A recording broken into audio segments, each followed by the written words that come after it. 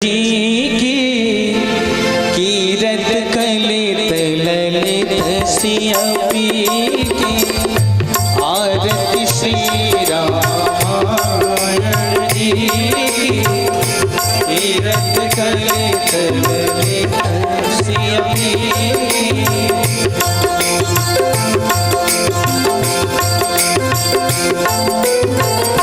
गावत ब्रह्मा दिक मुनि नारद गावत ब्रह्मा दिक मुनि नारद वाल्मीकि विज्ञान विशारद वाल्मीकि विज्ञान विशारद सुख सनकादि शेष यदुशारद सुख सनकादि शेष यदुशारद आरती श्री रामायण जी की। एक बार अपने स्थान पर परिक्रमा कर लें।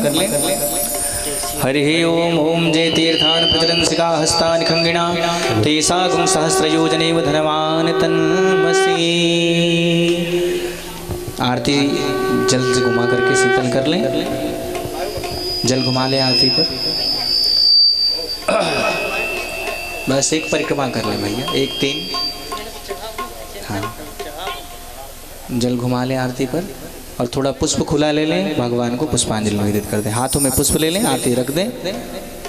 हरि ओम ओम जतनेन जगद्यमय जन्त देवास्थानि धर्माणि प्रथमान्यासन्नाते घनाकं महिमानः सचन्त्रयत्र पूर्वे साध्याः सन्ति देवाः।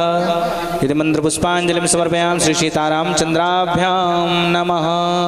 आरती बगल में रख दें। पुष्प भगवान पर चढ़ा करके प्रणाम कर लें। हाँ, भगवान के ऊपर चढ़ा करके प्रणाम कर लें। बोली राजा रामचंद्र भगवान की जय। आप सब अपने अपने स्थान पर विराजित हो जाएं।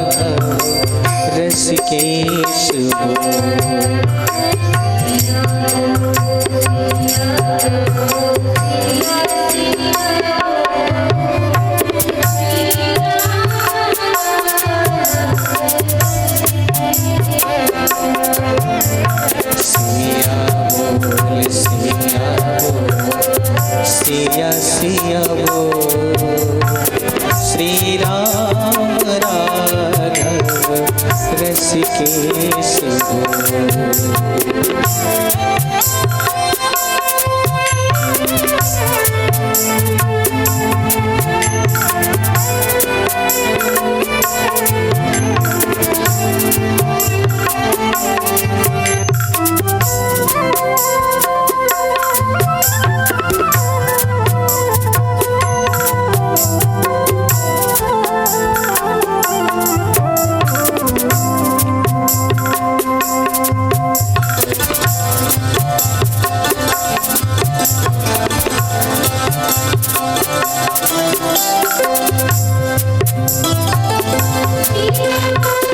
सिया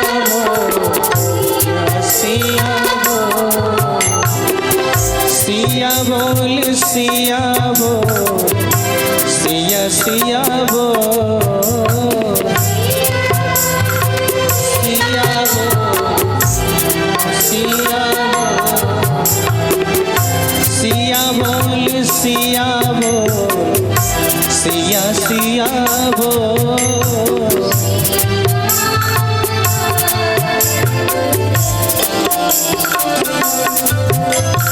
श्री राम रसिकेश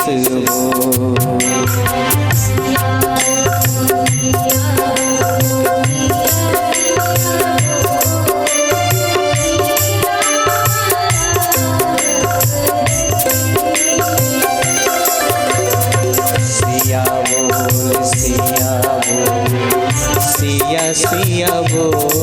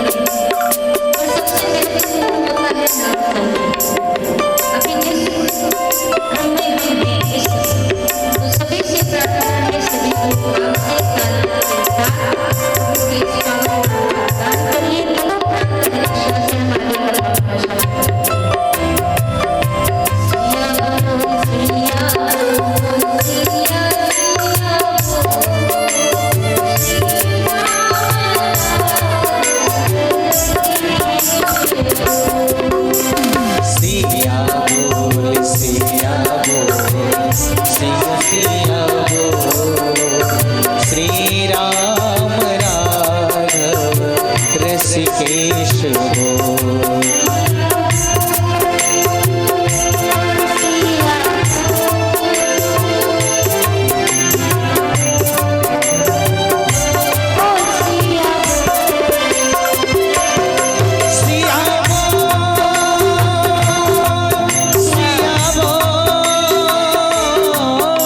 सिया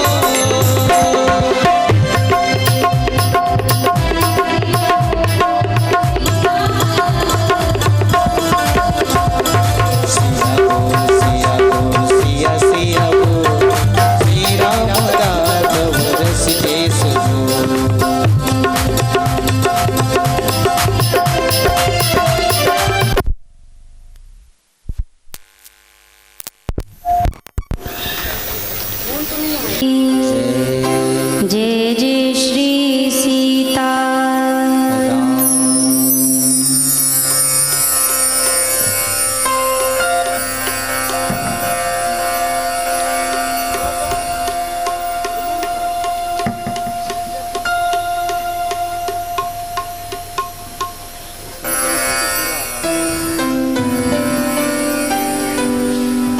परम मंगलमय परात्पर अखिलेश्वर अनंत कोटि ब्रह्मांड नायक राज राजेश्वर राघवेंद्र सरकार की वांग में प्रतिमूर्ति श्री रामचरितमानस अनंत कोटि ब्रह्मांड नायक आकार करना वर्णालय भगवान श्री सीताराम जी के चरणों में सादर प्रणाम। श्री राम कथा के रस रसिक अनंत बलवंत अंजनी नंदन वायुपुत्र श्री हनुमान जी महाराज के चरणों में सादर प्रणाम। श्री सद्गुरुदेव भगवान के चरण कमलों में बारंबार नमन, बारंबार प्रणाम। भूत भावन भोलेनाथ के चरणों में नमन, नर्मदा मैया के चरणों में प्रणाम। साथ ही साथ प्रभु की यह परम पावन श्री राम कथा का आयोजन इस मड़िया रास ग्राम में हमारे आदरणीय भैया श्री कृष्णा संजीव परमार, मैं व्यासपीठ की ओर से उनको बहुत बहुत धन्यवाद ज्ञापित करती हूँ। उनके पूरे परिवार का अभिवादन कि प्रभु की कृपा से आज इस ग्राम में उन्होंने प्रभु की परम पावनी श्री राम कथा का आयोजन कराने का जो संकल्प लिया था, आज वह संकल्प अपने प्रारंभ की ओर है और हरि इच्छा से धीरे धीरे यह कार्य में पूर्ण रूप से संपन्न भी अवश्य होगा। साथ ही साथ यह डिंडौरी का क्षेत्र ना मैं आपके लिए नई हूँ ना आप मेरे लिए नई हैं, क्योंकि ये चौथी कथा है जहाँ तक आपके इस डिंडौरी क्षेत्र में, और भी कथाएं जहाँ हुई बहुत सारे ऐसे यहाँ पर विराजमान है श्रेष्ठ जन, बड़े बुजुर्ग भैया जी लोग जिनको मैं बहुत अच्छे से जानती हूँ, जो मुझे जानते हैं, जिनका इसमें आशीर्वाद बराबर कथा हो या ना हो मिलता रहता है। तो आप सभी को व्यासपीठ की ओर से जितने यहाँ पर आसपास के दूर के ग्राम से क्षेत्र से चलकर पधारे हैं, आप सभी भाई बंधु, सभी माताएं बहनें, आप सभी को व्यासपीठ की ओर से मेरा सादर जय सिया राम। इतनी मजबूती की आवाज में थोड़ा जोर से बोलो भैया। जय सिया राम के बदले में क्या मिलना चाहिए? जय सिया राम। तो जोर के बोलो ना, जय सिया राम।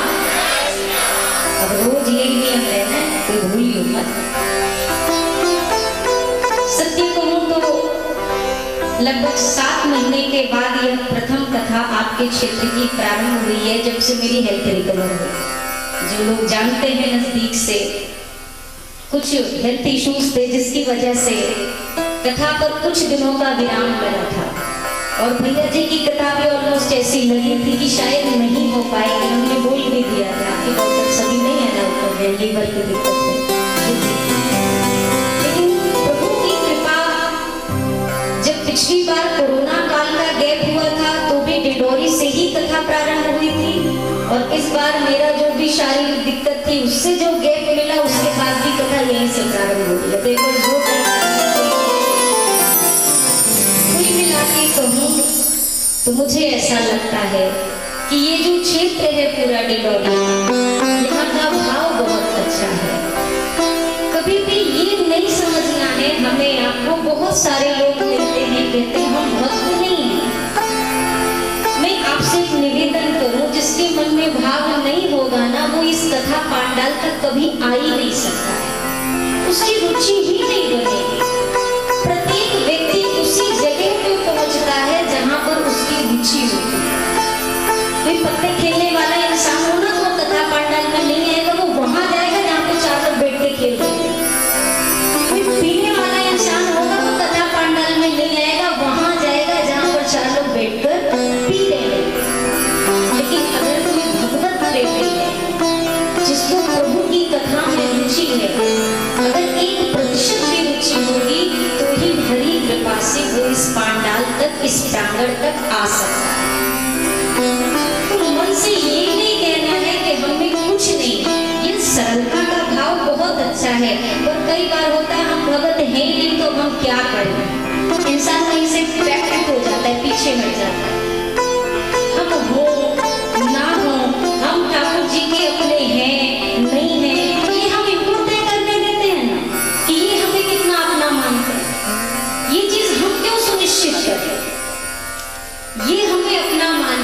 ना माने, ये ठाकुर जी के हाथ में है। हम इनको अपना मानते हैं, ये तो हमारे हाथ में है ना। सिर्फ इसी चीज को लेकर चलना। आज एक बार पुनः आपके इस क्षेत्र में मैं प्रभु श्री राम जी की गौरव गाथा लेकर उपस्थित हुई। कई बार कई सारे लोग जो फोन भी करते हैं कथा के लिए या जो मिलते भी हैं, वो कहते हैं दीदी आप भागवत क्यों नहीं करते। बहुत सारे लोगों का प्रश्न होता है। देखो भैया, आज यहाँ से निवेदन करूं, श्रीमद् भागवत जी की कथा विद्वानों का कार्य, हम जैसे लोगों के वश की बात नहीं। हमारे लिए तो गोस्वामी जी की ये सरल जो सुनिश्चित कथा है ना, बिल्कुल सरल भाषा में जो हम जैसों के लिए गोस्वामी जी ने रचना कर दी। तो ये जन्म तो मेरा राघव जी के नाम, अगला जन्म ठाकुर जी का। जैसा होगा जिसकी सेवा होगी वो करेगा, और अगले का क्या पता क्या करना है क्या नहीं। पर हाँ, अभी का जो हाथ में है इसको सुधार सकना, ये अपनी वश की बात पूर्णता है। तो प्रभु की यह जो गौरव गाथा जिसका आज प्रथम दिवस है, हम प्रारंभ करेंगे प्रभु के इस परम पावन श्री राम कथा के श्री रामचरितमानस की महिमा से। ये जो कथा है हम सभी लोग जानते हैं, और देखिए अनेक प्रकार के बड़े बड़े श्लोक शायद कुछ गिने चुने लोगों को याद होंगे, लेकिन यहाँ पर उपस्थित एक छोटा सा अगर बच्चा भी होगा ना, उसे और कुछ याद हो या ना याद हो, पर श्री रामचरितमानस की एक चौपाई तो सबको विधिवत याद ही होगी, और कुछ नहीं। तो एक चौपाई तो सबको याद होगी। जरा मेरे साथ सभी लोग गाते हुए चौपाई को प्रणाम करते हैं ठाकुर जी को।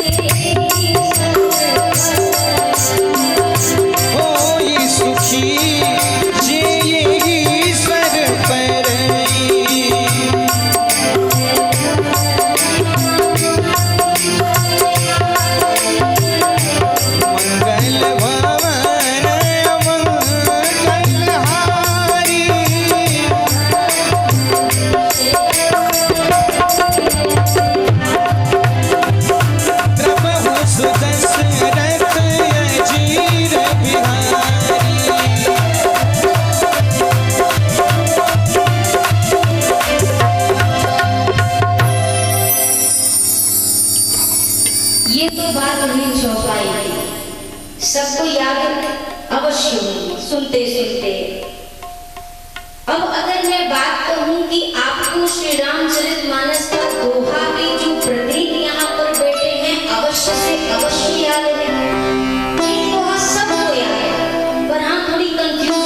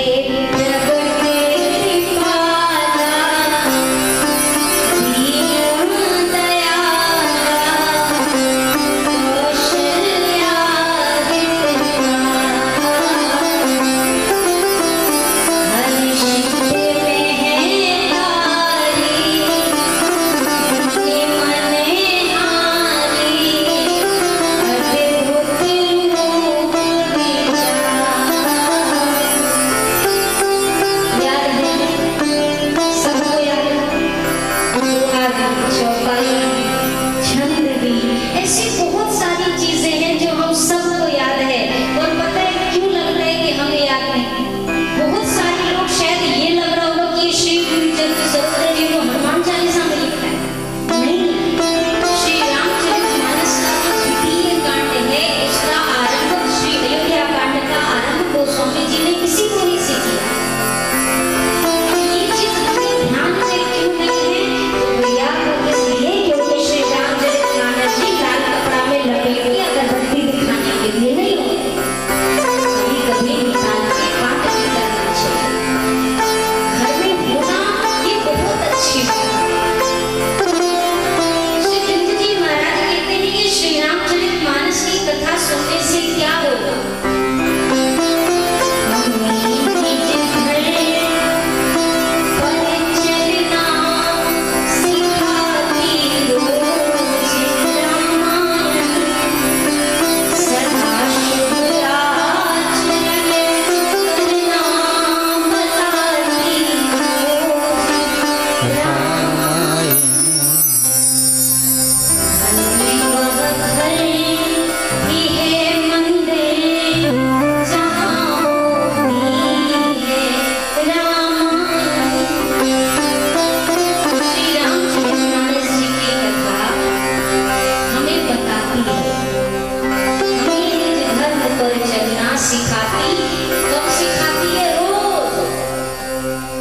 कोई व्यक्ति रोज कोई बात कब कहेगा? जब रोज उनसे मुलाकात मिलेगी। रोज कैसे कहेगा? मुलाकात हो, बातचीत हो तो सामने से कोई व्यक्ति रोज रोज कहेगा। ये भजन एक तरह से संकेत देता है कि रोज कम से कम एक मुलाकात तो इस ग्रंथ से करनी है। श्री रामचरितमानस की कथा हमें धर्म का आचरण करना सिखाती है। मनुष्य का तन आकर के अगर हमने मानवता धर्म का पालन नहीं किया तो फिर इस तन को पाने का कोई लाभ हमने नहीं दिया। अब धर्म क्या है?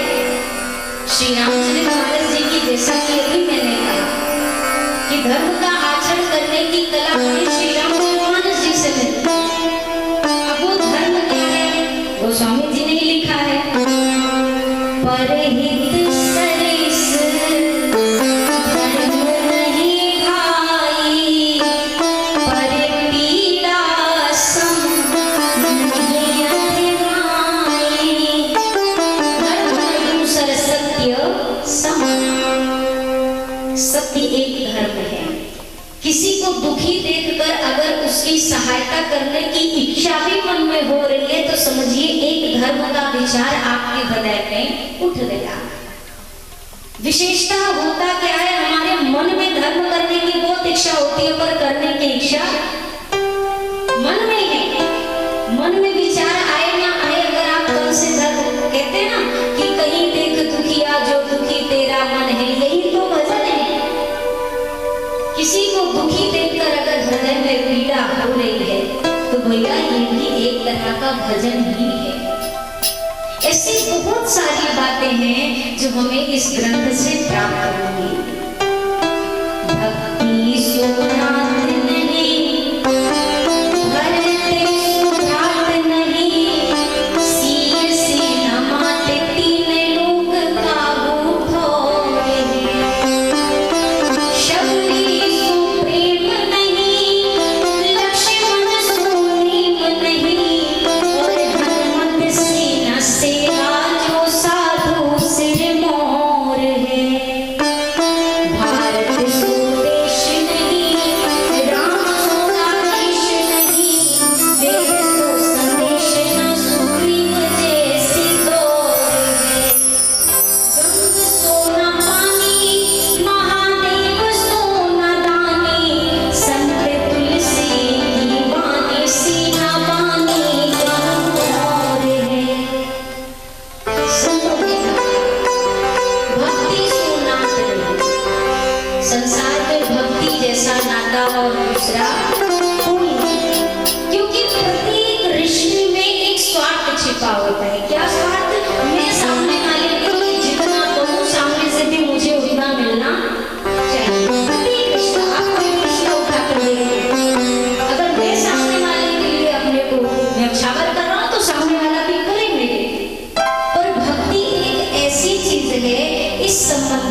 निस्वार्थ नहीं होता, और जहाँ स्वार्थ आ जाए वो भक्ति नहीं, वो भक्ति ही नहीं। जहाँ पर स्वार्थ की भावना, तो भक्ति सोनाथ नहीं, भरत सोनाथ नहीं।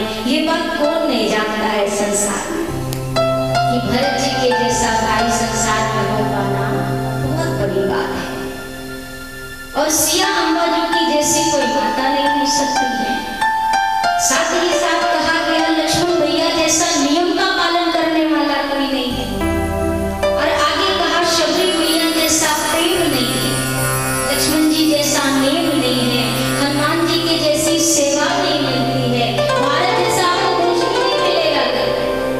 यहाँ पर बैठे बैठे ना विदेश बड़ा सुंदर लगता है, वीडियो में देखो, फोटो में देखो तो लोग कहते कितना सुंदर है ना।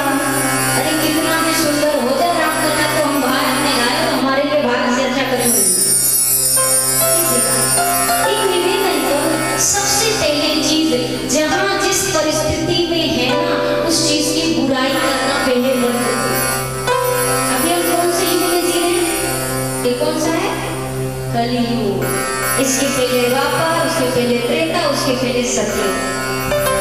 कलियुग की उम्र है 4,32,000। कितनी? 4 लाख। और इस समय कलियुग 5,123 साल, सिर्फ इतना ही।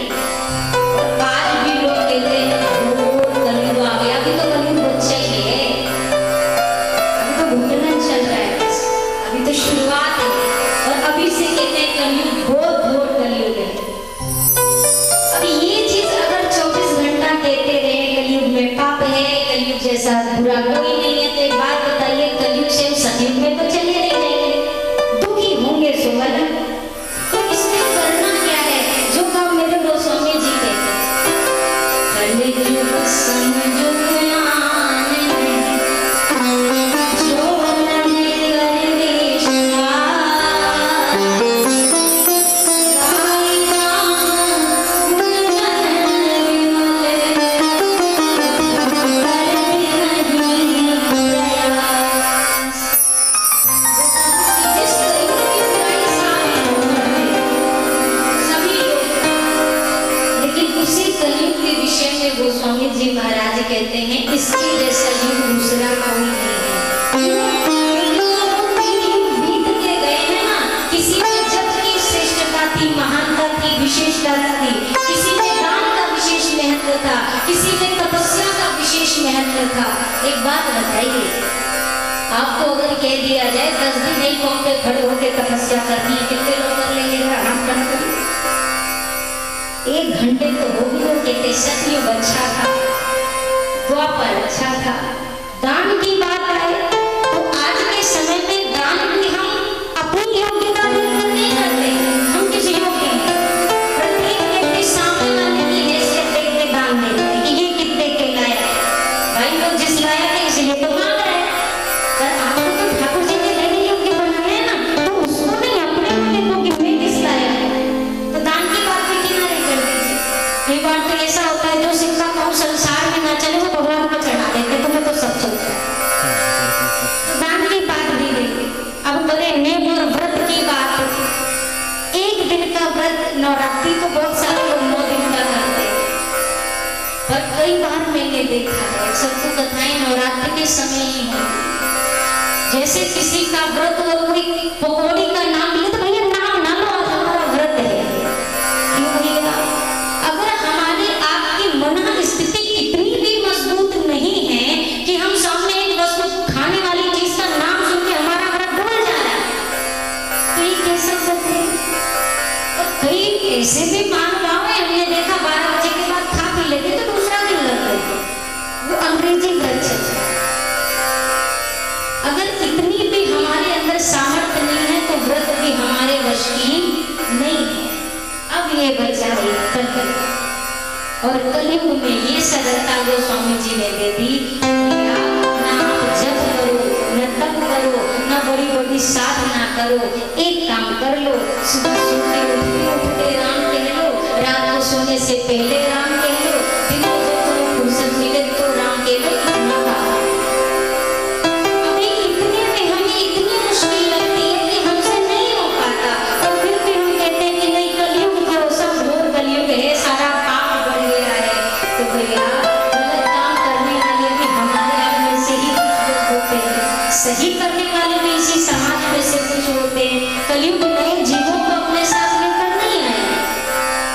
और कलयुग अगर नहीं आता गोस्वामी जी महाराज की कृपा हम पर कैसे होती। इसी कलिकाल में तो गोस्वामी जी ने श्री रामचरितमानस हमें आपको प्रदान किया है। हमारे पास कम से कम ये सुविधा है कि यहाँ पर बैठकर और एक प्रार्थना करो, करवत करो। कभी भी कथा की बात हो, किसी धार्मिक किसी भी आयोजन की बात हो, ये कहना बंद किया जाए कि हमारे पास टाइम नहीं है, बहुत बिजी है हम। कई बार अगर कोई मंदिर जा रहा होता है ना, तो हम कहते हैं भैया हमारी तरफ से भी माथा टेक लेंगे, हमारी तरफ से भी प्रणाम कर लेंगे। कभी ये कहा भैया हमारी तरफ से 2 पराठा एक्स्ट्रा खा लेंगे, हमें बड़ी भूख लगी है। भोजन का टाइम निकल सकता है, विश्राम का टाइम निकल सकता है, काम का टाइम निकल सकता है, तो राम के लिए टाइम क्यों नहीं निकल सकता। और राम जी के नाम में तो काम करने में आपको चलते हुए काम करना है, खड़े होकर काम करना है, पोजीशन आपको सुनिश्चित करनी पड़ेगी। पर मेरे राघव जी के नाम में इतनी सुविधा है, आप लेट के करो, आप बैठ के करो, आप सोते सोते भी अगर कर पाओ तो कर लो, नहा के करो, बिना नहाए जपो, जैसा मन हो वैसे जप लो, पर करो तो सही। इतनी सुविधा गोस्वामी जी देते जा रहे हैं और फिर भी अगर हम ना चल सके उस राह पर तो ये हमारी गलती है और दूसरे किसी का दोष है।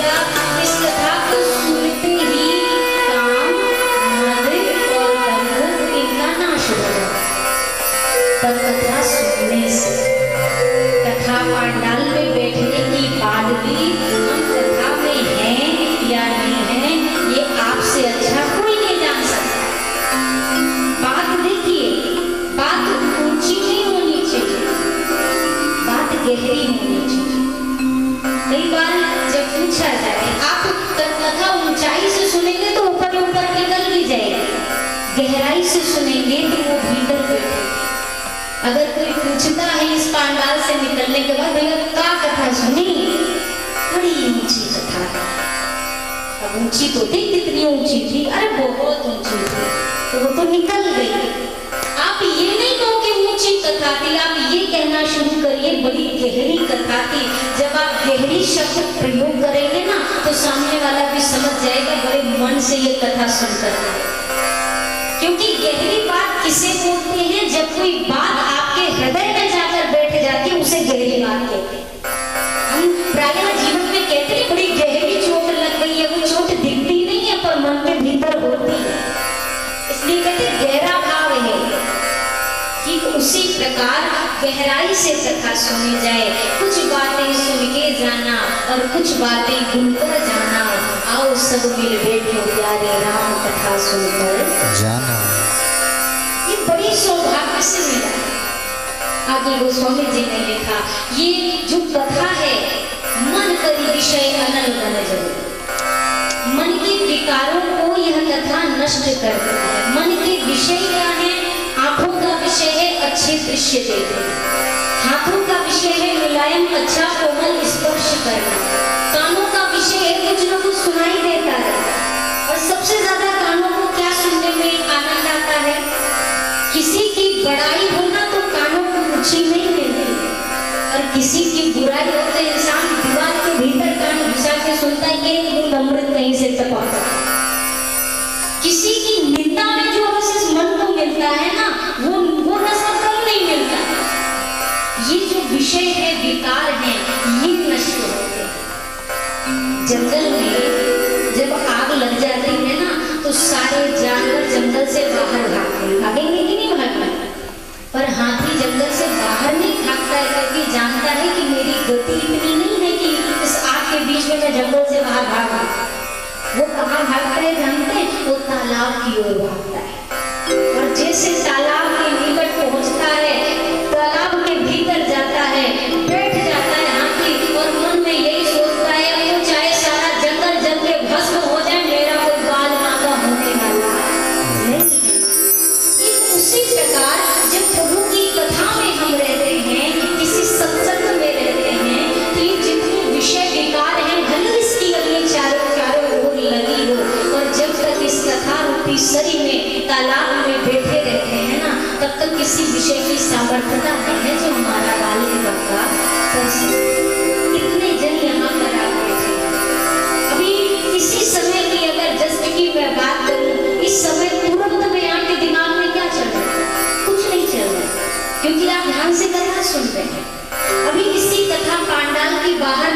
करते ही यही कथा आप सुन के जा रहे हो, फिर भी 10 बातें चलना शुरू हो जाएंगी। ये इस कथा प्रांगण का प्रभाव है। ये मत समझिएगा कि केवल कथा में शक्ति होती, जहां पर कथा हो रही हो ना, उस जगह की भी बड़ी महिमा हो।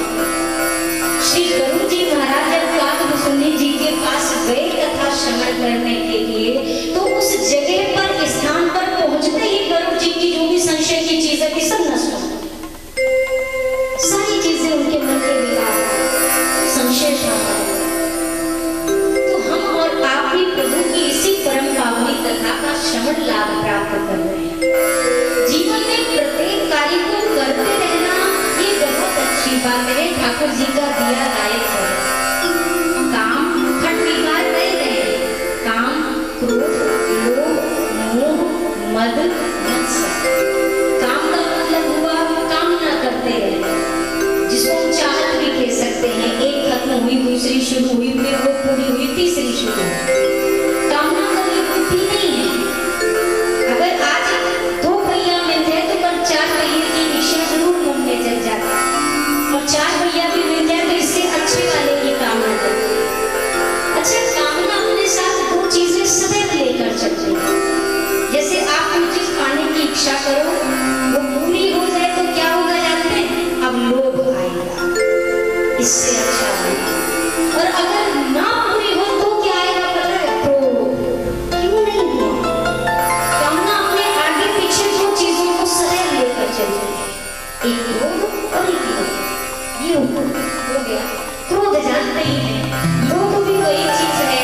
जब लाभ पाने की इच्छा अति बढ़ जाती है तो उसी लाभ पे एक डंडी चढ़ जाती है, वो लोभ। लाभ लिखिए, लोभ।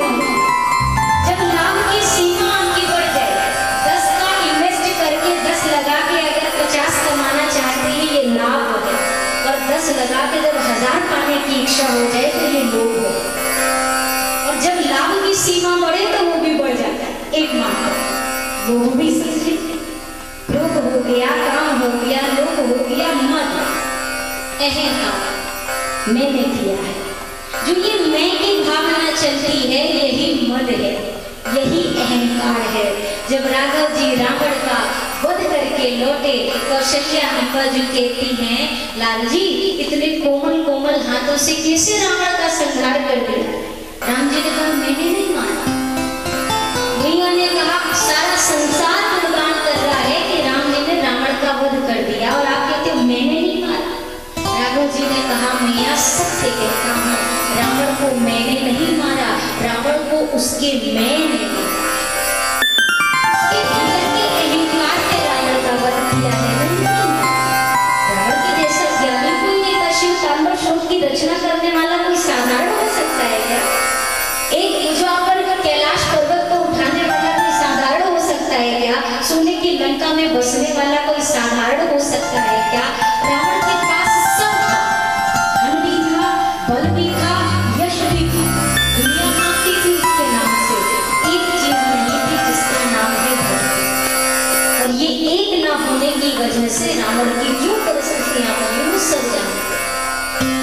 अब आती है बात ईर्ष्या। ईर्ष्या को अगर मैं कहूँ कि एक तरह की आग है तो शायद गलत नहीं, पर ये इतना है कि ये ऐसी आग है जो स्वयं के भीतर ही प्रकट भी होती है और स्वयं को ही जलाती है। जलन। आपको अगर किसी की कोई चीज अच्छी लग जाए, जैसे सामने कोई आया, किसी की गाड़ी अच्छी लग गई, या कोई भी चीज आपको अच्छी लग गई, अब सामने वाले को तो पता भी नहीं है कि इनको हमारी गाड़ी से कोई समस्या है, लेकिन उसकी गाड़ी को देखकर भीतर हमारे जो अग्नि जल रही है ईर्ष्या की, ये उसका नाश नहीं करेगी, ये उसकी हानि नहीं करेगी, ये हमें ही हानि पहुंचाने वाली। ये जो खट विकार है, इन सारी चीजों का नाश जो होता है ये प्रभु की कृपा से होता है। एक बात और कहूं, काम क्रोध लोभ मोह मद मत्सर अगर सोचे कि हमारे नाश करने से हो जाएगा तो ये भी होने वाला नहीं। ये कैसे होगा? भगवान की कृपा से। तो अब ये बात सुनकर बहुत सारे हम लोग निश्चित हो जाएंगे कि जब अपने बस की है ही नहीं तो मेहनत काहे को करना, छोड़ो चलने दो। समझ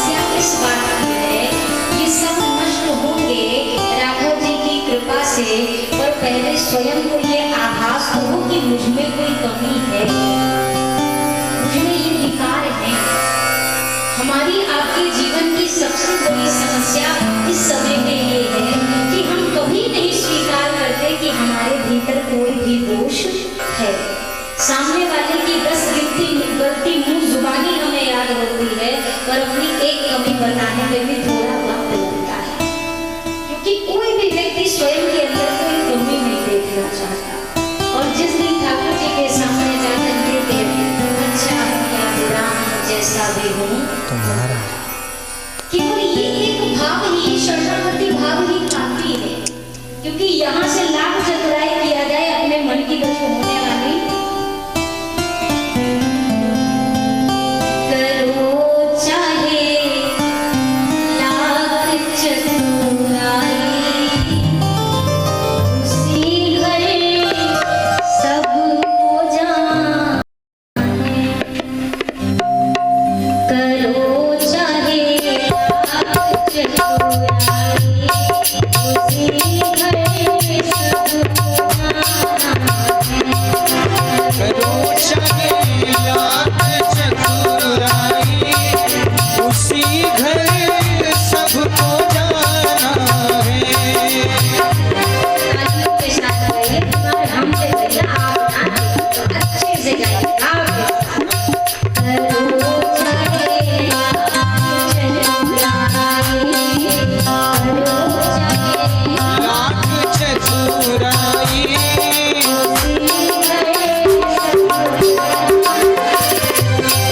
करो चाहे लाख चतुराई, उसी घर सबको जाना है।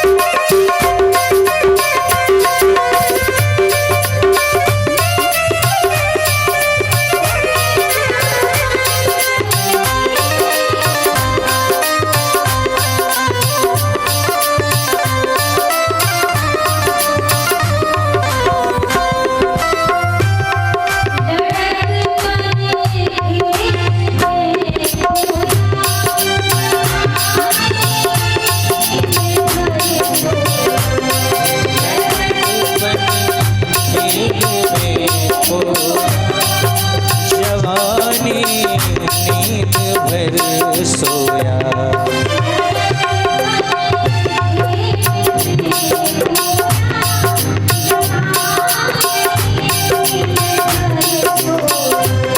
लड़कपन खेत में खोया, जवानी नींद भर सोया।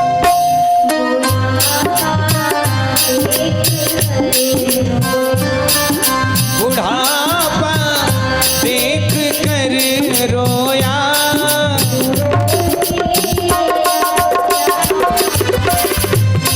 बुढ़ापा देख कर रोया, यूं रो के क्या पाना है।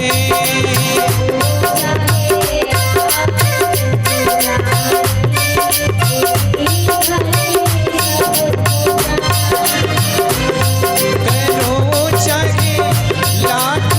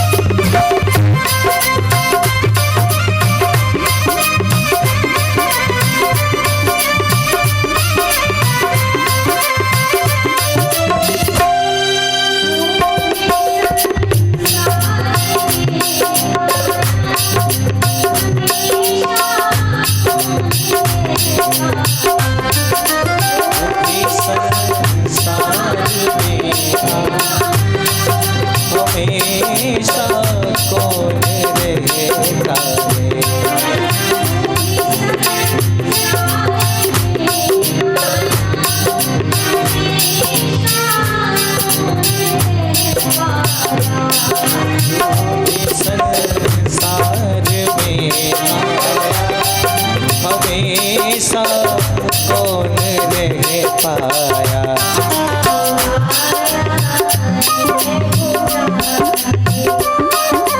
जो आया है वो जाएगा,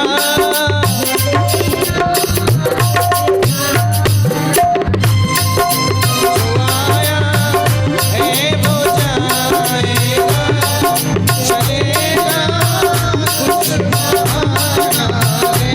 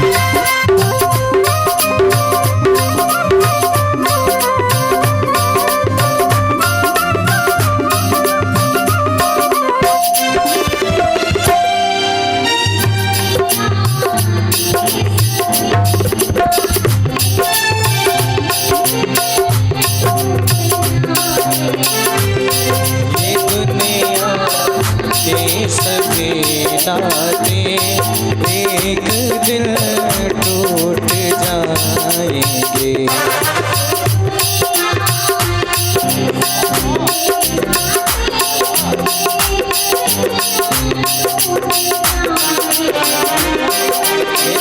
दुनिया के सभी नाते एक दिन टूट जाएंगे।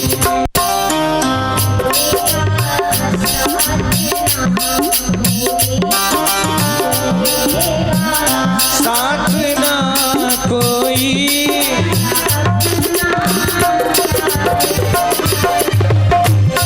चलेगा, साथ ना कोई अपना क्या बेगाना है।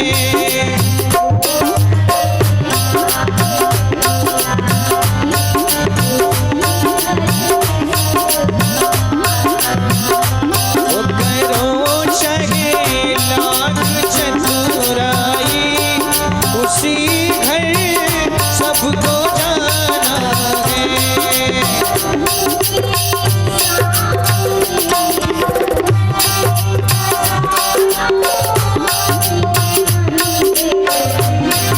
प्रभु की सावली सूरत बसा लो मन में मंदिर में।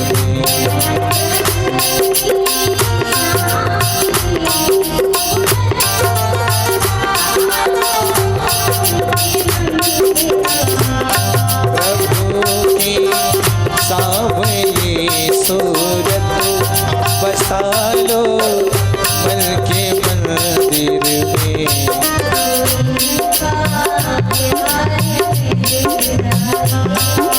जो इनका प्यार मिल जाए,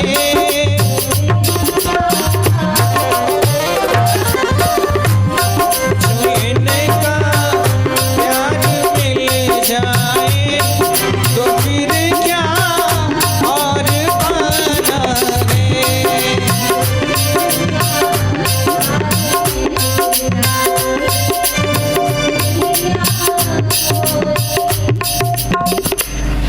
आप भूले, हम कुछ नहीं भूले। जो इनका प्यार मिल जाए, तो फिर क्या और। जो इनका प्यार मिल जाए, तो फिर क्या और पाना। जो इनका प्यार मिल जाए, तो फिर क्या। जो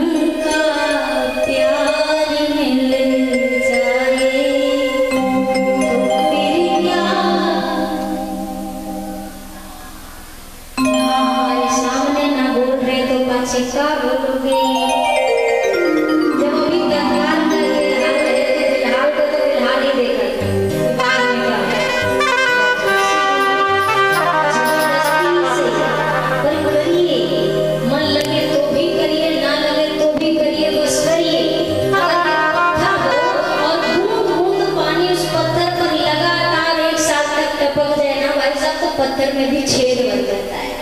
तो ये मन कितना भी बड़ा पत्थर क्यों ना हो, पर अगर प्रभु की कथा में बैठता रहा, ये रस टपकता रहा, तो विश्वास है मेरा कि एक दिन भक्ति का भाव जरूर बनेगा। सब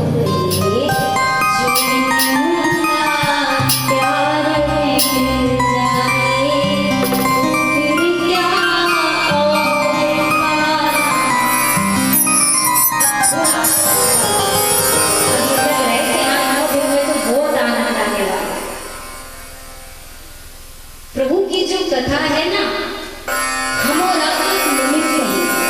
हम जानते हैं कि ना मैं करने वाली हूँ, ना आप कराने वाले हैं। करने वाले के रूप में भी वही है और कराने वाले के रूप में भी वही है।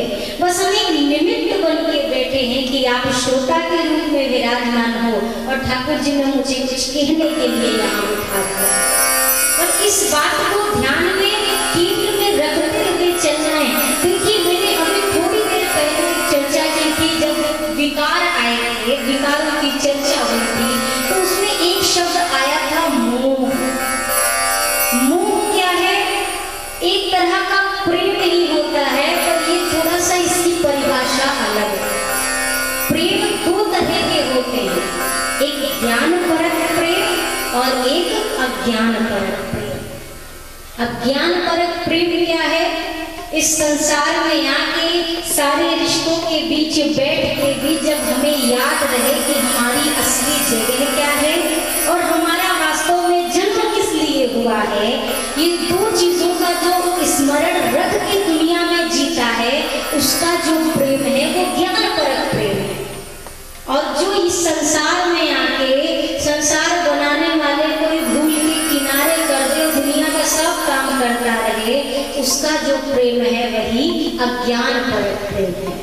प्रेम दोनों है और दोनों प्रेम में फर्क ये है, एक में मनुष्य को पूरी तरह, मैं कई बार कहती हूँ, न जग छोड़ो न हरि भूलो, कर्म कर जिंदगानी में, रहो दुनिया में तुम ऐसे, कमल बहता जो पानी में।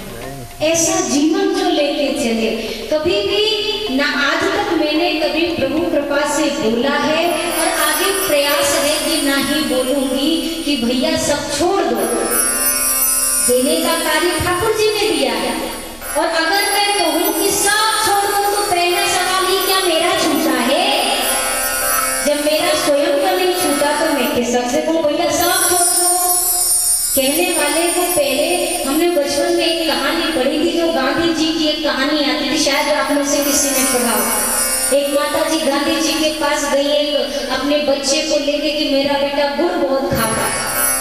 ये छोटेपन की स्टोरी है। अब गांधी जी ने कहा अभी नहीं, आप 15 दिन बाद लेके आना, तब समझाऊंगा, अभी नहीं समझाऊंगा। बीते 15 दिन फिर आई, बच्चे को गांधी जी ने समझाया, बेटा ज्यादा गुड़ खाने से जो भी चीजें आई ठीक है। माता जी ने कहा कि बापू एक बात बताओ, आपने 15 दिन पहले यही बात क्यों नहीं समझा दी? पहले बता दी होती, एक ही लाइन तो आपने समझाई है, 15 दिन का समय क्यों लिया? गांधी जी ने कहा कि बात यह है कि 15 दिन पहले तक मैं खुद बहुत गुड़ खाता था, तो मैं कैसे बच्चे से कह देता कि भाई तू खाना छोड़ दे? तो इन 15 दिनों में पहले मैंने अपने गुड़ खाने पर कंट्रोल किया, तब मैंने इस बच्चे से कहा बेटा तू भी छोड़ दे। तो बात यही है कि सबसे पहले अगर मैं कहूँ कि भैया सब छोड़ दो, सब मिथ्या है, माया महा पहली उंगली मुझ पर उठती है कि क्या मेरा छूटा है। तो इसलिए मैं आग्रह ये करती हूँ, सब छोड़ना अगर वश की नहीं है तो कुछ पकड़ पाना तो वश की है। छोड़ने में मुश्किल होती है। अगर आप इतने साल से चीनी ले रहे हो अपनी डाइट में, अपने खान पीने में, कोई डायरेक्ट कहते चीनी छोड़ दो, मुश्किल होगी। पर जो ना खाने वाला हो, डॉक्टर साहब उसे कहते भैया थोड़ी थोड़ी चीनी शुरू करो, उसको भी कर दो, वो आसान है। ठीक जीवन में भी इसी प्रकार ठाकुर जी को हम पकड़ भी लेना, तो जब ठाकुर जी आएंगे तो ये चीजें अपने आप छूट जाएंगी। जीवन में जब कुछ बहुत अच्छा मिल जाता है तो पीछे जो रहता है हमें फिर उसकी याद आने वाली नहीं है। जब स्वयं जगदीश मिल जाए तो क्या जगत की याद रहेगी मन में? पर जगदीश कैसे मिलेंगे? कैसे मिलेंगे बताइए? प्रेम से मिलेंगे। जिस प्रेम की बात मैंने की है ना, संसार में वो प्रेम खूब रहता है, रहे। पर संसार को जिसने बनाया, जिसने जन्म दिया, उन ठाकुर जी के प्रति अगर प्रेम नहीं रहा तो फिर जीवन का क्या अर्थ? भाव ही सर्वस्व है और भाव ही आधार है। भाव से जो कोई भजे तो भाव से बेड़ा। भाव वाले भक्त का भगवान पर भी भार है, इसलिए पर ब्रह्म का होगा यहाँ अवतार है। जब कोई भक्त भाव लेकर ठाकुर जी को पुकारता है और ठाकुर जी के भरोसे रहता है ना, तो उस भक्त का भार जो है ठाकुर जी के ऊपर है। हम आप लाख कमाते देते हैं तो भी दुखी रहते हैं। और कई संसार में ऐसे आपको मदमस्त संत दिख जाएंगे जो कुछ दिन के पास नहीं है, ना पाने के लिए ना खोने के लिए, लेकिन फिर भी वो हमसे ज्यादा सुख में रहते हैं, हमसे ज्यादा आनंद में रहेंगे। क्यों? क्योंकि अपने पालन पोषण की जिम्मेदारी हमने ले रखी है और उन्होंने अपने जीवन की ओर उनके हाथ में छोड़ी। जब बच्चा अपने माँ बाप के आश्रित होता है ना, तो बच्चे को कोई टेंशन नहीं होती। वो एक छोटी सी लाइन आती है ना कि बड़ा हुआ तब जाना कि शौक तो माँ बाप के पैसों से पूरे होते हैं, अपने पैसों से तो हमारे जो शौक होते हैं ना, हमारे माँ बाप जो देते हैं ना, उनकी रहते बच्चे अपनी शौक पूरी करते हैं। उसके बाद तो खुद पे इतनी जिम्मेदारी आती है कि सामने वाले का शौक पूरा करो, अपना भी नहीं चलता। उसी प्रकार से वो जैसे ठाकुर जी कहते हैं ना कि करम सदा तिनके रखवारी, जिन बालक राखई महतारी। जैसे माँ ख्याल रखती है अपने बच्चों का, मैं भी करता हूँ। पर कब? जब तक बच्चा माँ की गोद में अपने आप को रखता है। जब बच्चा गोदी से छटक छटक के भागने लगता है ना, तो फिर माता जी को कितने दिन ख्याल रखता है। एक समय बच्चा खुद कहता है अब हम बड़े हो गए, अपना ध्यान रख सकते हैं, आप रहने दें। तो माँ बाप भी कहते हैं ठीक है बेटा, तू अपनी जिंदगी जी। ठाकुर जी भी पूर्णतः हमारा भार उठाने को तैयार हैं। अब तक वही उठा रहे हो तो हमें लगता है कि हम कर रहे हैं। और सबसे बड़ी दिक्कत जानते हैं कहाँ है? इंसान सब कुछ करने के बाद भी प्रसन्न नहीं है। धन कमाना बुरा नहीं है, पर धन कमाने के पीछे आग्रह करूं, दो चीजों को बिल्कुल तय कर लीजिए। एक कब तक और दूसरी चीज है कितने तक। ये दो चीजें दिमाग में बिठा के रखिए, कब तक और जोर से बोलिए कितने तक। अब कब तक का मतलब समझिए, मन से अपने एक प्रश्न करिए कि कब तक कमाना है। कब तक? 10 साल, 20 साल, 30 साल, 40 साल, 50 साल, चलो ठीक है। अगर ये नहीं तय कर पा रहे हैं तो फिर ये तय कर लीजिए कि कितने तक, मतलब कितना कमाने की जिंदगी फिर टेंशन फ्री। हम आप दुखी इसलिए रहते हैं ना, हमारे कब तक का कुछ ठिकाना है ना कितने तक का कुछ ठिकाना है। दोनों अनगिनत की तरह बिल्कुल बिना ब्रेक की गाड़ी की तरह दौड़ी जा रहे हैं। इसलिए दिन रात 24 घंटे दौड़ते रहे ना, फिर सुखी नहीं है, क्योंकि हमारी कितने तक का कोई ठिकाना नहीं।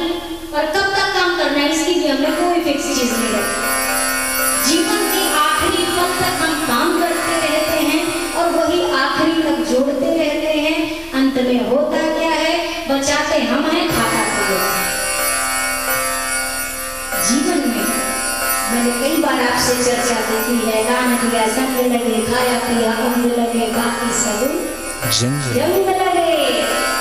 इन चीजों को निर्धारित करके चलिए। और ये जो श्री रामचरितमानस की कथा है, वो स्वामी जी कहते हैं इसको सुनने मात्र से क्या होगा? सुनते श्रवण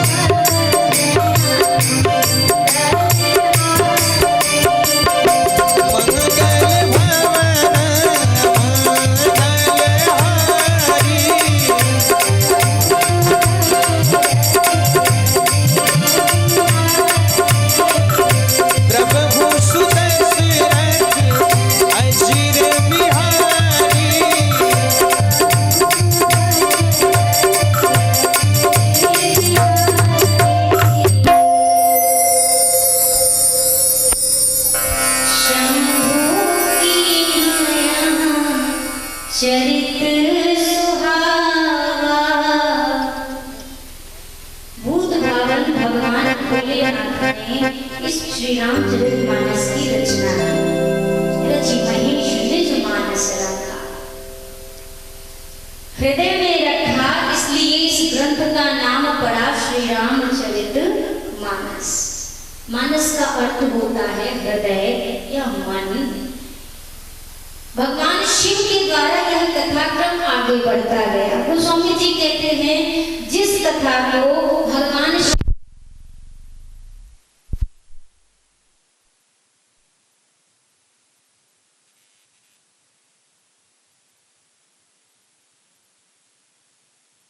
बोलिए सियावर रामचंद्र की जय। से वही करते हैं जे हमेशा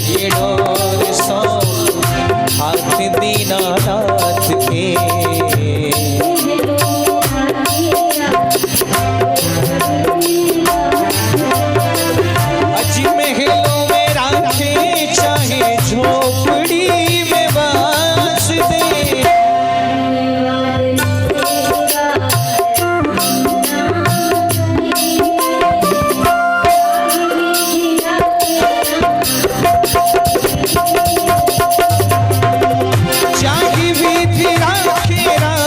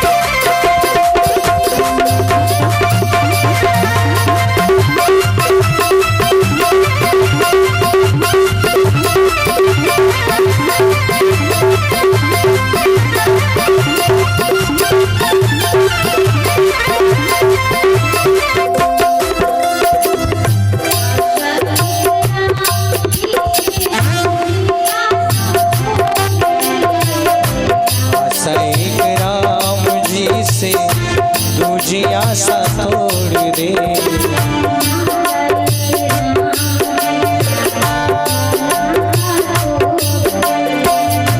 नाता एक राम जी से तू जाना था तोड़ दे।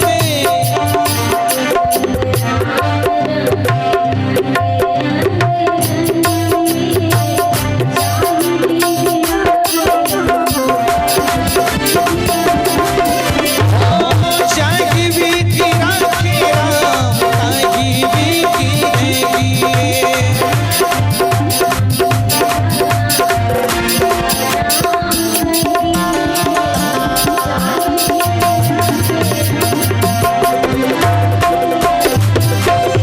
हो जागी बीती राखी राम, जागी बीती रहेगी।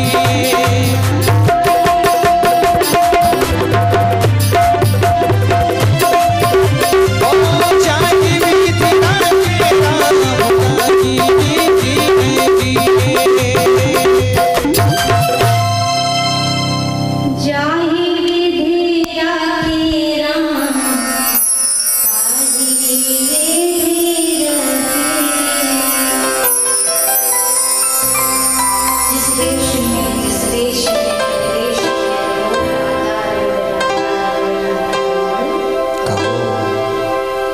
जिस परिस्थिति में ठाकुर जी रहते हैं, अगर उसमें अपने आप को खुश कर लिया तो हम सुखी, और अगर दुख मनाएंगे तो बदलना कुछ नहीं है, बस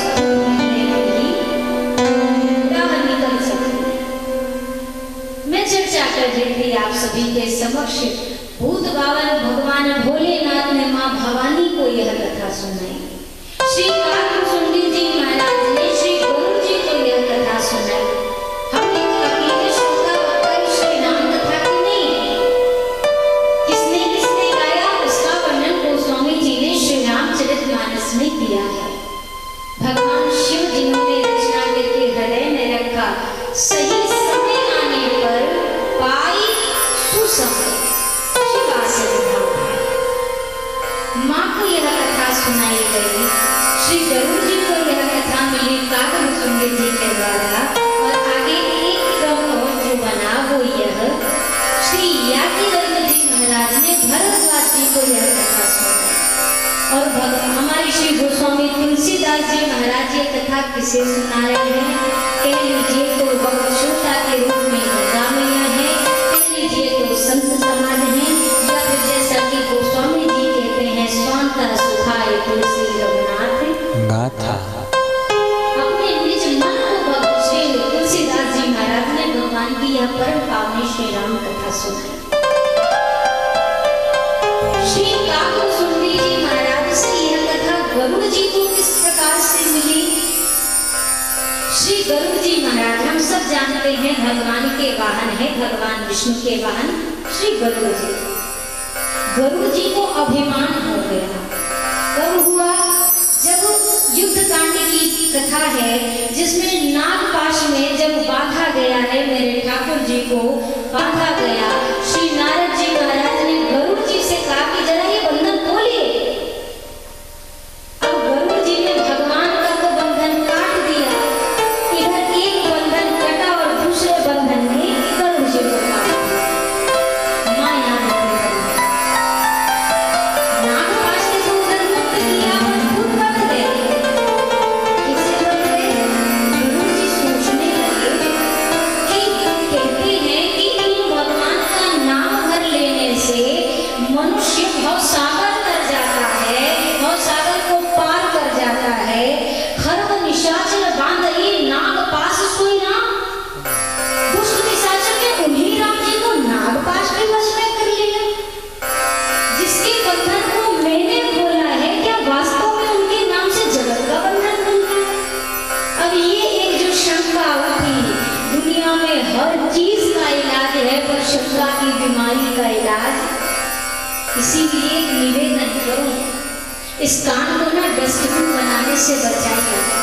कोई भी आता है कचरा डाल के चला जाता है, और हम बड़े आनंद से कचरा रख भी लेते हैं, और फिर उसको कब तक सिरजने का मतलब समझते सहेज के कब तक रखते हैं? जब जुर्माना और कभी मौका पड़ा तो अरे हमें सब पता है, हमने उन्हें बताया था, कब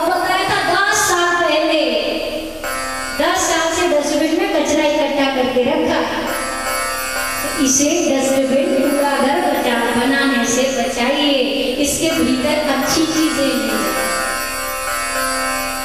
श्री गरुड़ जी महाराज को जब शंका हुई, अब श्री नारद जी महाराज से कहा कि आप तो कह रहे थे ये ईश्वर है, जगदीश है, तो जगदीश है तो ये बंधन खोलने के लिए मुझे क्यों आना पड़ा?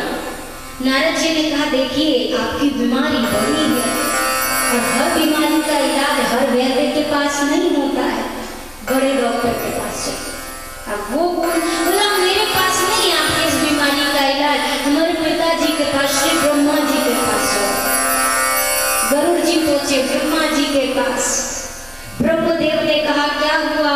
गरुड़ जी ने सारी बातें बताई। ब्रह्मा जी ने कहा पकड़ लिया, हमें भी पकड़ा था, आपको भी पकड़ लिया। क्या पकड़ लिया? ब्रह्मा जी ने कहा माया, आपको भी पकड़ ली। अब पकड़ तो ली, ये बीमारी इलाज बताइए। ब्रह्मा जी ने कहा हमारे पास नहीं, स्पेशलिस्ट के पास जाइए, हमारे पास भी इलाज नहीं। अब तो गरुड़ जी और सोचने पड़ गए कि इतनी बड़ी हमारी बीमारी है, ब्रह्मा जी के पास भी इलाज नहीं, कौन करेगा? ब्रह्मदेव ने कहा जाइए भूत भावन भोलेनाथ के पास, वो इस बीमारी के मर्मज्ञ हैं, वो अच्छे से आपका इलाज करेंगे। अब गरुड़ जी महाराज पहुंचे भूत भावन भोलेनाथ से मिलने, और बाबा उन्हें मिल गए मार्ग में ही, रास्ते में ही मिल गए। गरुड़ जी ने अपनी सारी बातें बताई। हे शिव शंभो, जरा बताइए ऐसी ऐसी बात हो गई, कोई कहता है बड़ी बीमारी है, ब्रह्मा जी ने आपके पास भेजा है, अब आप बताइए। भगवान शंकर ने कहा गरुड़ जी आप मुझे बीच रास्ते में मिले हो, ना इधर ना, या आप अपने घर में बैठे होते तो मैं आना ठीक करने, या मैं अपनी जगह में बैठा हो तो आते आप मेरे पास। अब ये बीच रास्ते में आप मिले हो। बीच रास्ते का अर्थ समझिएगा। बीच रास्ते का अर्थ है ये कि अज्ञान है और उस बात को स्वीकार भी नहीं करना।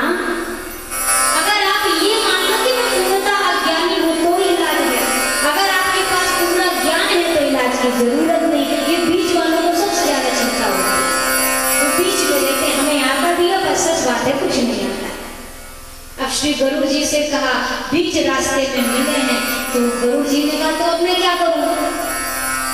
भूत भावन भोलेनाथ ने कहा इसका इलाज एक कर सकते हैं। कौन? श्री काग सुंदर जी। अब सोचिए एक कौवा एक काग, वो माया का बंधन काटेंगे किसका? जो पक्षियों के राजा हैं, गरुड़ जी का। अच्छा गरुड़ जी जाने लगे तो अब भूत भावन भोलेनाथ ने यहाँ पर चौपाई जो लिखी है, लिखा है तब ही होगी सब संशय भंगा,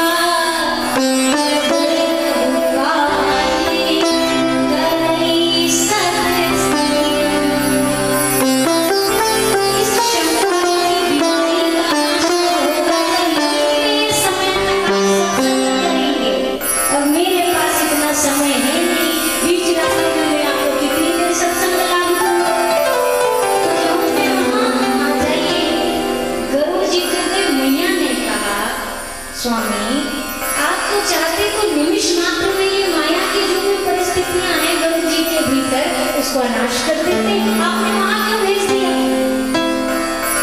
श्री भगवान शंकर ने कहा देवी अगर मैं इस माया का नाश कर भी देता ना तो माया तो नष्ट हो जाती, पर गरुड़ जी के अंदर का अभिमान नहीं नष्ट होता।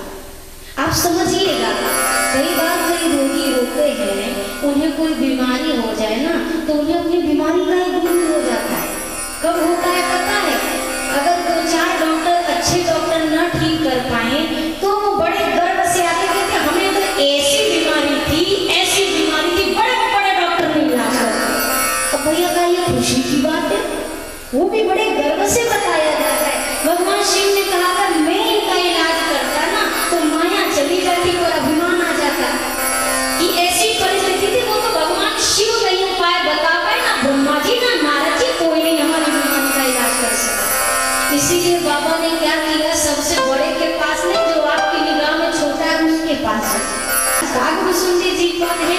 ये अपने पूर्व जन्म में मनुष्य थे। इनका नाम था भुसुंडी। एक बार लोमस ऋषि के पास ये कथा सुनने गए। लोमस ऋषि ने निर्गुण ब्रह्म की चर्चा शुरू की और भुसुंडी जी सगुण ब्रह्म के उपासक थे। जैसे ही निर्गुण ब्रह्म की चर्चा हुई, इन्होंने बीच में कहा, ऋषिवर कृपा करके मुझे सगुण ब्रह्म की चर्चा सुनाइए। अब जिसके भीतर जो बैठा होता है निकल के कहीं आता है। अब शुरू हुआ सगुण ब्रह्म से, शुरू होते होते फिर निर्गुण ब्रह्म में चले गए। एक बार हुआ, दो बार, बार बार जब श्री भुसुंडी जी ने टोका तो अंत में लोमस ऋषि को श्राप दिया कि कथा प्रसंग के बीच में बार बार टोक करते हो, कौवे की तरह कांव कांव करके बार बार विघ्न डालते हो, जाओ श्राप देता हूँ, कौवा ही बन जाओ। जब पूछा ना काकभुसुंडी जी से कि आपको तो बड़ा कष्ट हुआ होगा, कहाँ मनुष्य योनि से आपकी अधोगति हो गई, कहाँ मनुष्य कहाँ काकभुसुंडी जी ने कहा, मेरी अधोगति नहीं, मेरी तो ऊर्ध्वगति हो गई। कैसे?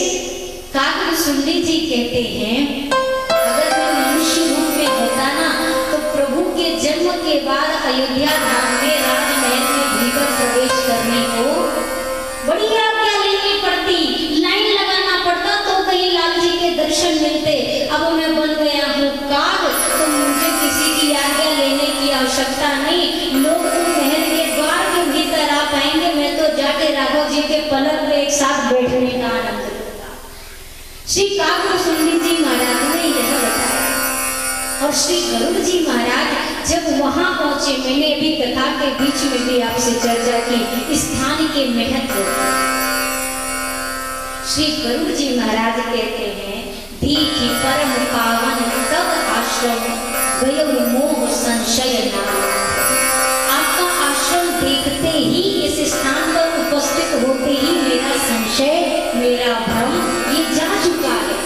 लेकिन फिर अभी मुझे कथा सुननी है। क्यों? कि जब स्थान मात्र के प्रभाव से जहाँ राम कथा हो रही है, उस स्थान में मेरे लिए इतना कुछ किया, तो अगर मैं पूरी ये राम कथा सुन लूं तो मेरा तो जीवन धन्य हो जाएगा। तो काकभुसुंडी जी से गरुड़ जी ने सुनी, श्री याज्ञवल्क्य जी महाराज से भरद्वाज जी ने सुनी। किस प्रकार अभी अभी माघ का मेले का समय क्रांति बीती है। इसी दिन की बात है, प्रयागराज का स्थान है और वहां पर जो घटना हुई थी वो सुन लीजिए। श्री भरद्वाज जी महाराज, जिनके विषय में प्रारंभ में आपसे एक निवेदन कर दूं, ये रहते प्रयाग में हैं और इनका परिचय गोस्वामी जी ने किस प्रकार दिया है, दर्शन।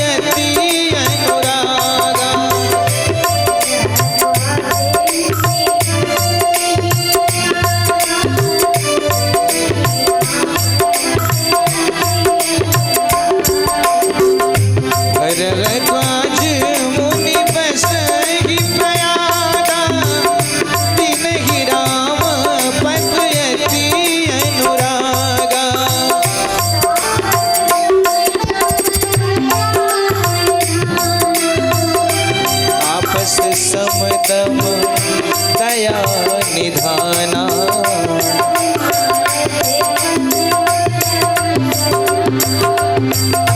परमारथ पथ परम सुजाना।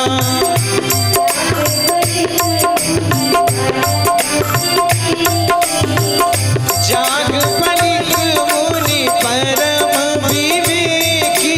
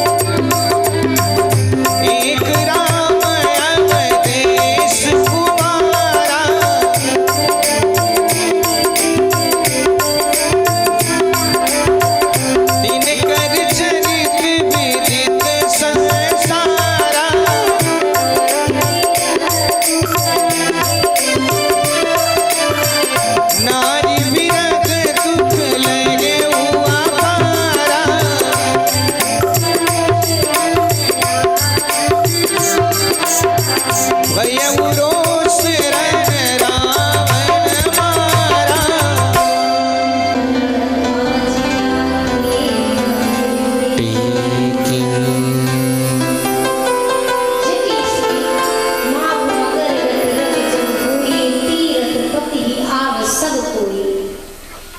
माघ मेले के समय में सभी संतजन जब तीर्थराज में स्नान आदि करने पधारे थे, श्री याज्ञवल्क्य जी महाराज भी आए थे।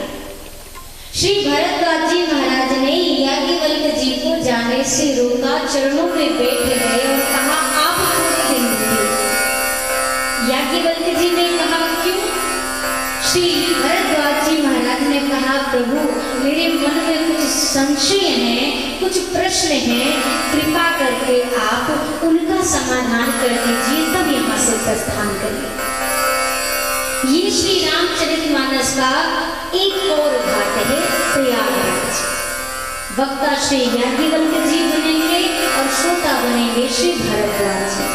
एक घाट था कैलाश पर्वत का, जहाँ पर वक्ता थे भगवान भोलेनाथ और श्रोता के रूप में थी देवी माँ भवानी।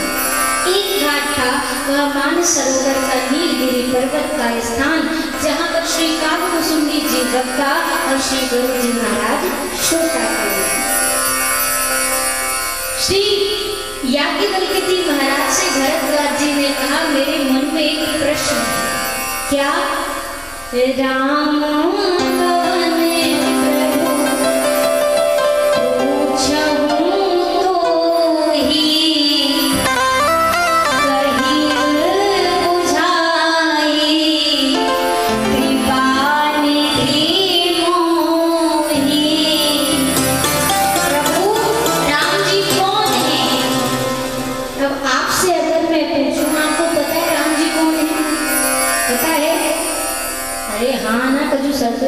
पता है?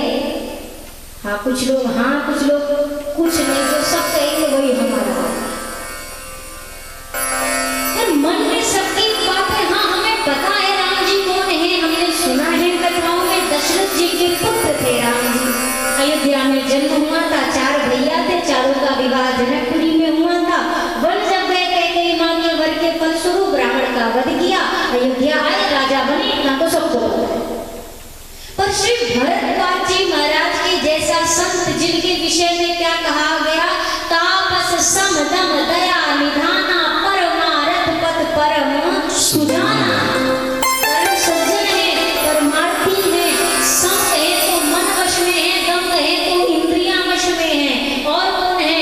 श्री भरद्वाज जी महाराज ठाकुर जी के चरणों के प्रति अति अनुराग रखने वाले संत हैं। ये इनका परिचय है जो गोस्वामी जी ने इस कथा के प्रारंभ में दिया है। अब इतने ज्ञानी संत होने के बाद भी भरद्वाज जी को प्रश्न कितना अटपटा सा है ना, राम जी कौन है मुझे नहीं पता, आप बताइए। श्री याज्ञवल्क्य जी से आगे भरद्वाज जी कहते हैं देखिए प्रश्न मैं पूछना तो चाहता हूँ, पर ये है डर भी लग रहा है, कहीं आप ये ना सोच लो कि मैं आपकी परीक्षा में। कई बार होता है ना कि हमें सवाल का जवाब पता होता है, फिर भी सामने वाले से पूछने देखे इनको पता है कि नहीं। तो मुनिवर मेरी ऐसी कोई बड़ी स्थिति नहीं है, मैं सच में जानना चाहता हूँ। याज्ञवल्क्य जी ने कहा क्या आपको सच में नहीं पता कि राम जी कौन है? भरद्वाज जी का पता है। अब एक ही मिनट पहले कहा ना कि मुझे नहीं पता, और अब क्या कह रहे हैं? पता है। क्या पता है? एक राम जी के बारे में हमें पता है। वो कौन? एक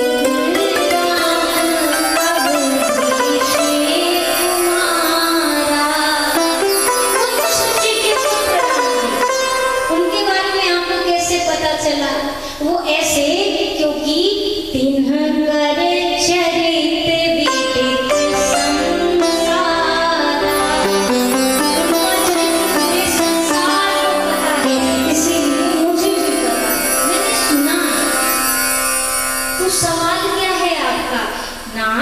प्रश्न ये है कि जिन राम जी को मैं जानता हूँ, मेरे वाले राम जी, और जिन राम जी के नाम का जाप सतत भगवान शंकर करते हैं, उनके वाले राम जी, ये दोनों एक हैं कि दो हैं? सिर्फ इतना प्रश्न।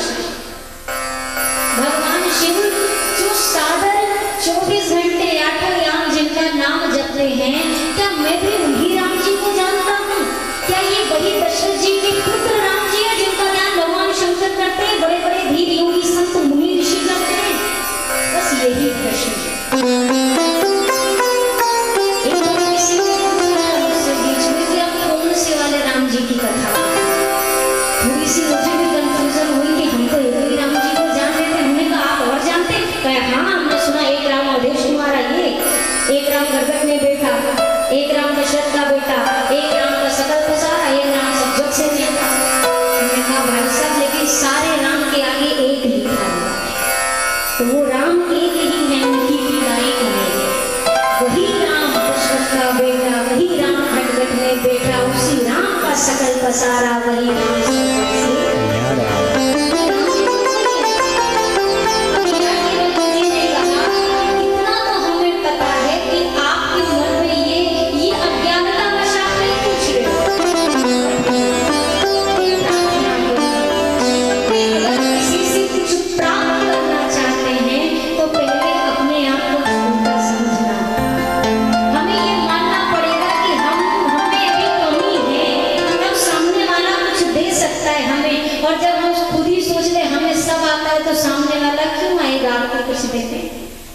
श्री भरद्वाज जी बिल्कुल नतमस्तक होकर बैठ गए। मुझे इतना भी नहीं पता कि राम जी कौन है। श्री याज्ञवल्क्य जी ने कहा, मैं जानता हूँ आप ये प्रश्न क्यों कर रहे हैं।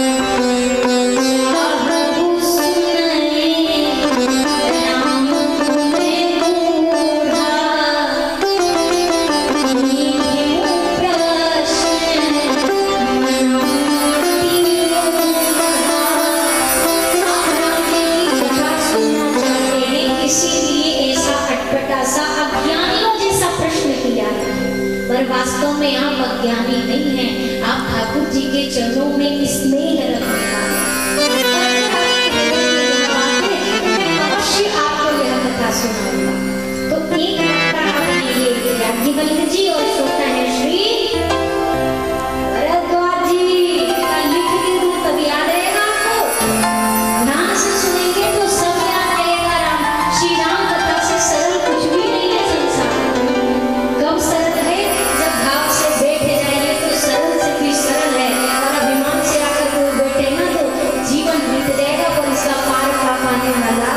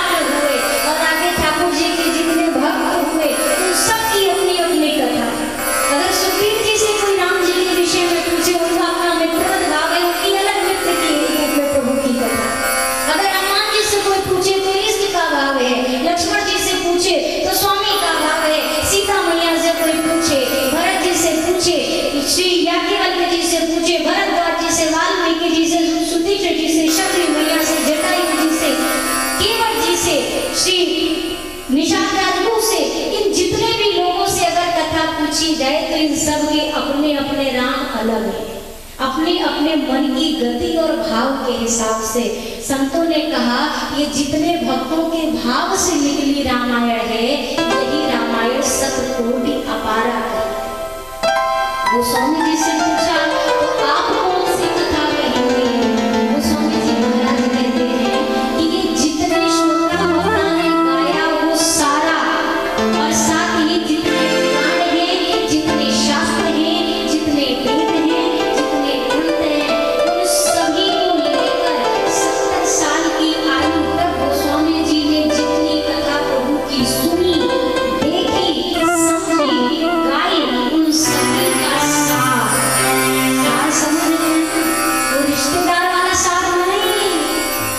सारांश हिंदी में होता है पूरी कहानी के नीचे सारांश, अंग्रेजी में मोरल ऑफ द स्टोरी। उसी प्रकार गोस्वामी जी कहते हैं संसार के जितने भी सदग्रंथ हैं उन सभी के सार को निचोड़ करके मैं लिख रहा हूँ ये श्री रामचरित्र मानस। जैसे आपके सामने एक तरफ रख दिया जाए केला तो नहीं मिलेगा, फिर भी मान लो रख दो ये सारे फल, और दूसरी तरफ रख दिया जाए मिक्स जूस, यानी कि जितने फल इधर रखे हैं उतने का जूस बना के बाजू में रख दिया जाए। आप कौन सी चीज उठाओगे जरा जल्दी बताओ, जल्दी बताइए। धीरे से क्या बोल रहे हैं, यहाँ रखा कुछ नहीं है, एग्जाम्पल ही दे रहे हैं। क्या उठाएंगे? Mix juice. आसानी है भैया, कौन चबावे, एक चूल्हे में टाइम लगता है। अब इसमें देखिए 6 घंटे का दुकान हो जाएगी, जिसे उठा लेगा जिसको पसंद होगा, जिसे अंगूर है उसे छोड़ देगा, केला छोड़ेगा वो भी खाएगा। लेकिन जब मिक्स जूस आ जाएगा तो ऑप्शन, और फिर सारे फल का रस जाएगा, फिर चूल्हे वाली बात नहीं। और सबसे बड़ी बात है केला तो बिना दांत वाले खा सकते हैं, पर सेब खाने में मुश्किल, लेकिन जूस बना के दे दो तो दांत हो बिना दांत हो एक हो ना हो सबके लिए चलेगा। स्वामी जी ने ना इस ग्रंथ में भी यही कृपा की है, हमारे जैसे अज्ञानियों के लिए भी और बड़े से बड़े ज्ञानियों के लिए भी। सारे ग्रंथों का जो रस निचोड़ के दिया है, एक छोटा सा बच्चा भी सरलता से पान कर ले और बड़े से बड़ा ज्ञानी वक्ता भी पान कर ले, ऐसी ही प्रभु की शुभकामना है। तो हमने आपने आज चूंकि प्रथम दिवस की कथा थी, व्यवस्थाओं में थोड़ी सी जो भी व्यवस्थाएं होती है समय लग जाता है। ये मान के चलिए बिटिया बेटे का ब्याह हो गया, कितनी व्यवस्था होती है, पर वो विवाह की तैयारियां हल चलती हैं महीने 6 महीने पहले से, और 2-3 दिन में समाप्त हो जाती है विवाह होने पे। अरे श्री राम कथा उससे भी आगे है, क्योंकि ये 9 दिनों की व्यवस्था होती है, तो समझ लो 4 बेटी बेटा का ब्याह यहाँ पे होने की तैयारी होती है। बड़ी व्यवस्था है, सारी चीजें हैं, पर हमको आपको मिलकर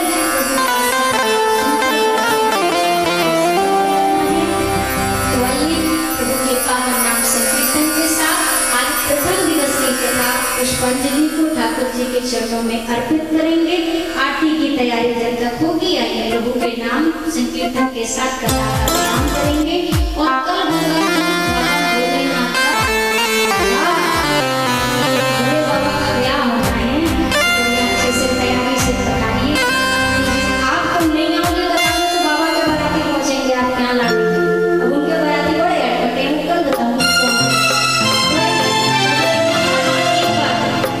1 2 3 4 6 कैमरे लगे हुए यहाँ इस कथा में। यहाँ जो बैठे हैं ना, इस कथा का लाइव प्रसारण भी अलग अलग चैनल्स पे हो रहा होगा। एक चेतराम भैया जी का है जिस पे होता रहता है, एक ठाकुर जी की कृपा से मेरा ऑफिशियल चैनल है भक्ति टीवी चंद्रकला, उस पे होगा, और जिसका लगे भैया तो नाम दे देना तब होगा।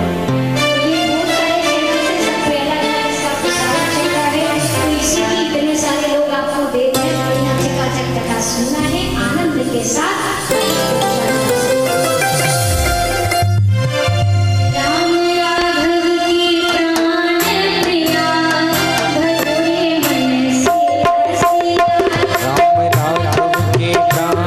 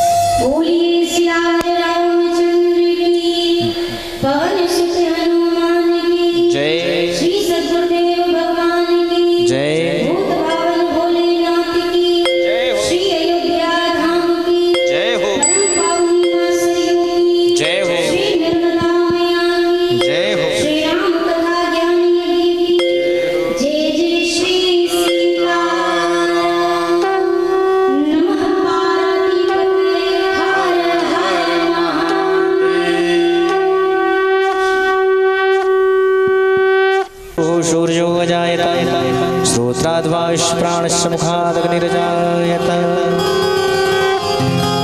जगमग जगमग ज्योति जली है जगमग जगमग ज्योति जली है श्री राम जी की आरती होने लगी है जगमग जगमग ज्योति जली है श्री राम जी की आरती होने लगी है राम सिया राम सिया राम जय जय राम बोलो बोलो बोलो बोलो राम सिया राम जय जय राम।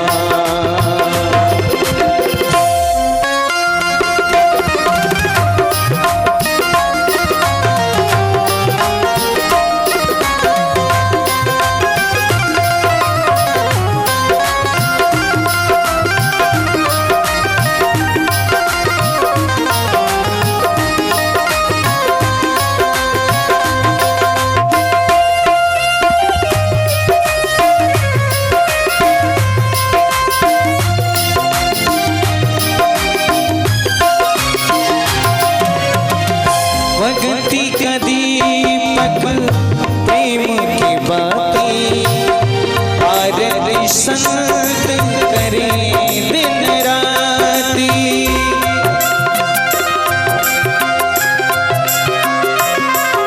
भक्ति का दीपक प्रेम की बाती आरती संत करे दिन राती आनंद की सरिता उमड़ी है आनंद की सरिता उमड़ी है श्री राम जी की आरती होने लगी है जगमग जगमग ज्योति जली है श्री राम जी की आरती होने लगी है।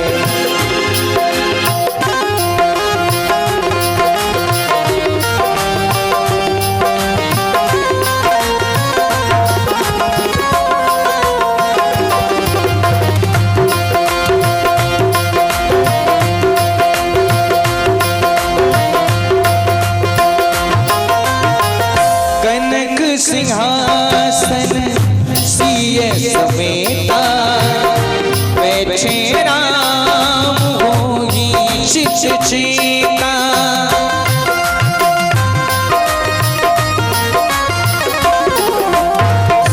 कनक सिंहासन सिय समेता बैठे राम होगी चित चेता वाम भाग में श्री जनक लली है वाम भाग में श्री जनक लली है श्री राम जी की आरती होने लगी है जगमग जगमग ज्योति जली है श्री राम जी की आरती होने लगी है।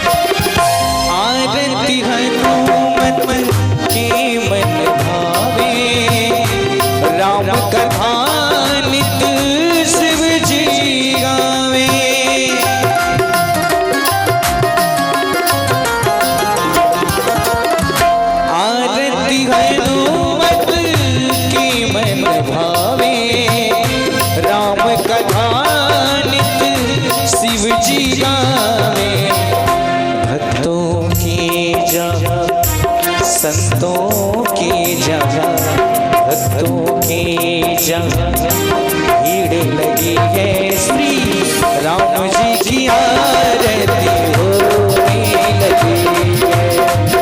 जगमग जगमग ज्योति जली है श्री राम जी की आरती होने लगी है। कर्पूर गौरम करुणावतारम संसार सारम भुजगेंद्र